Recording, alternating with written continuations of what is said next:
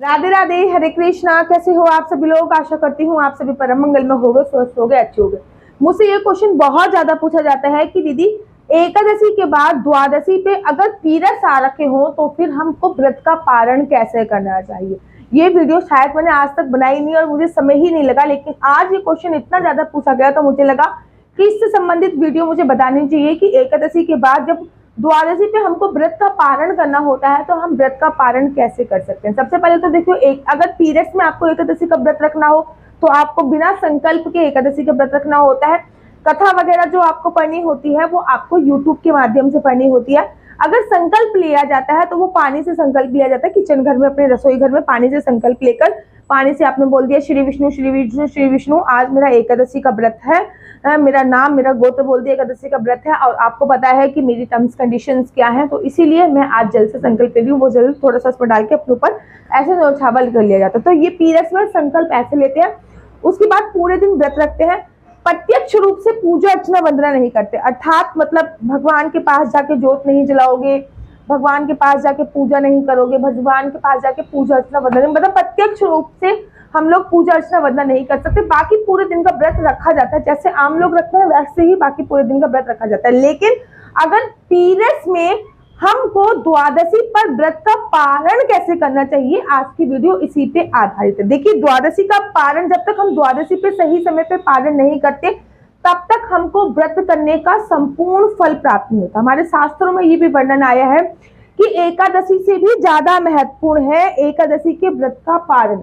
हर किसी व्रत का पारण बहुत जरूरी है, लेकिन एकादशी के जो व्रत के पारण का जो वर्णन है ना, वो श्रीमद् भागवत महापुराण में भी मिला है और भी ग्रंथों में, जैसे कि पद्म पुराण में, स्कंद पुराण में भी एकादशी के व्रत के महात्म का, एकादशी के व्रत के पारण का वर्णन है। तो पारण सही समय पे करना बहुत जरूरी है। अब अगर हमारे पीरियड्स आ रहे हो, वैसे तो सिंपल तरीके से हम पारण ये करते हैं कि बाल गोपाल लड्डू गोपाल को स्नान कराते हैं।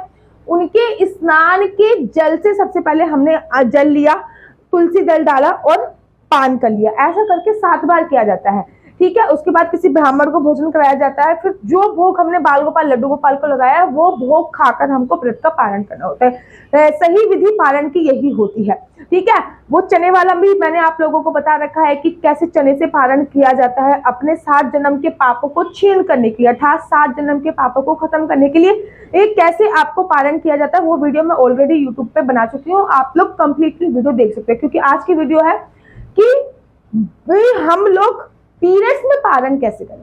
पीरियड्स में आप लोग पारण कैसे करेंगे? पीरियड्स में आप लोग सुबह सुबह उठेंगे, उठने के बाद आपको क्या करना है, अपने घर के फैमिली मेंबर में से किसी को भी जगाना है। वो अगर आपके घर पे बाल गोपाल लड्डू गोपाल उनकी सेवा कर रहे हैं तो उनको स्नान वगैरह करा के उनका जो जल है वो आपको लाकर दे दे। आपको मंदिर में नहीं जाना, आपको पारण के समय पे ही लड्डू गोपाल को किसी ने स्नान कराया, आपके किसी फैमिली मेंबर ने लड्डू गोपाल को स्नान कराया, तो उनका जल आपको लाकर दे दे। आप तुलसी दल उस पर रखिए, तुलसी दल भी आपको वो लाके ही देंगे। पीरियड्स में तुलसी माता को स्पर्श नहीं किया जा सकता, लेकिन तुलसी के पत्ते सेवन करने की बात कही गई है, तो तुलसी दल भी वो आपको लाके देंगे। तुलसी दल रखिए, लड्डू गोपाल को स्नान का जल रखिए और उसको पान कर जाइए, उसको मतलब पी जाइए। ठीक है, ये ऐसे करके आपको व्रत का पारण करना है। एक बात याद रखिए कि पीरियड्स में प्रत्यक्ष रूप से व्रत का पारण नहीं किया जाता। उसके बाद लड्डू गोपाल को जो भी भोग किसी ने लगाया है वो भोग क्या है आप ले लीजिए, मतलब उनसे मंगा लीजिए और वो भोग खाकर आप व्रत का पारण कीजिए। अब बात ये आती है कि दीदी हमारे घर पे कोई भी नहीं है, फिर हम क्या करें? घर पे कोई भी नहीं है, कोई भी पूजा पाठ करने वाला नहीं है, हम क्या करें? चलो, व्रत तो आपने बता दिया कैसे रखना है। अब जब कोई पूजा पाठ करने वाला नहीं है, ना कोई लड्डू गोपाल को स्नान कराने वाला, तो फिर हम व्रत का पारण कैसे करें? तो फिर आप एक लोटे में पानी लीजिए, अपने रसोई घर में या फिर अपने बेडरूम में, मंदिर में नहीं जाना, एक लोटे में पानी रखिए। भगवान श्री, लोटे के पानी को अपने दोनों हाथों से स्पर्श करना है, भगवान श्री हरि विष्णु को याद करना है। हे भगवान श्री हरि विष्णु, आप जगत के पालनहार हो, आप जगत के पालनहार, आपको पता है कि मैं किस कंडीशन, किस सिचुएशन से गुजर रही हूँ। आज मैं प्रत्यक्ष रूप से नहीं बल्कि अप्रत्यक्ष रूप से अपने व्रत का पालन कर रही हूँ। इस जल को आप चंद्रमित की संज्ञा दीजिए और इससे ही मैं आपके व्रत का पालन करूँ। फिर वो जो जल है, लोटे वाला जल, आपको वो पान कर लेना। ये कार्य आप गिलास में भी कर सकते हो। ठीक है ना। वहीं पे अपने घर में चावल बनाइए, भगवान श्री हरि विष्णु को प्रत्यक्ष नहीं अप्रत्यक्ष रूप से भगवान को भोग लगाइए कटोरी में। भगवान श्री हरि विष्णु आज मैं अप्रत्यक्ष रूप से अपने व्रत का पालन कर रही हूँ, आप आके भोग लगाइए, फिर उसको खा के आप व्रत का पालन कर सकते हैं। अब ब्राह्मणों को भोजन पीरस में कैसे निकालें, क्योंकि एकादशी के व्रत के बाद जब हम पारण करते हैं तब ब्राह्मणों को भोजन का भी विशेष महत्व होता है। तो आप उनको पैसे निकाल लीजिए, जैसे कि उनके लिए आपने 51 रुपए, 11 रुपए या फिर 101 रुपए निकाल के रख दिए। जब आप शुद्ध अवस्था में हो जाओगे तब अगले दिन आपको अपने, जब भी शुद्ध अवस्था में होगे फिर आप अपने बाल धोइए। बाल धोने के बाद वो पैसे आप किसी ब्राह्मण देवता को दे दीजिए, थोड़ी सी दान दक्षिणा के साथ, किसी भी और चूक कुछ पैसे और मिला के, थोड़ा सा सामग्री मिला के किसी ब्राह्मण देवता। तो पीरियड्स में पारण आपको ऐसे करना होता है। अगर कोई है तो अच्छी बात है, अगर कोई नहीं है तो कुछ इस प्रकार से पीरियड्स में आपको पारण करना होता है।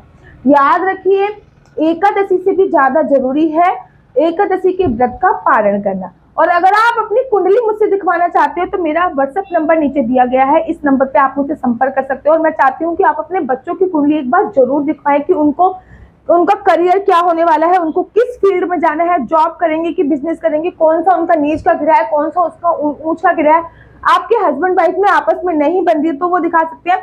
आप किसी के साथ रिलेशनशिप में हो, अर्थात गर्लफ्रेंड बॉयफ्रेंड हो, तो आपकी उनसे विवाह होगा या नहीं होगा, उनकी कुंडली क्या कह रही है, आप दोनों की कुंडली मैच कर रही है या नहीं, आपका लकी नंबर कौन सा है, आपका लकी कलर कौन सा है। और बेसिकली आप कुंडली के माध्यम से जान सकते हैं कि आपकी कुंडली में राजयोग है या नहीं है। ये सभी जानकारी आप मुझसे प्राप्त कर सकते हैं, लेकिन इसका थोड़ा सा चार्ज है। अगर आपको वीडियो अच्छी लगती है तो आप अपने यूट्यूब चैनल हरि बोल को लाइक से सब्सक्राइब करना बिल्कुल भी मत भूलिए। तब तक के लिए मुझे दीजिए इजाजत। राधे राधे, हरे कृष्णा।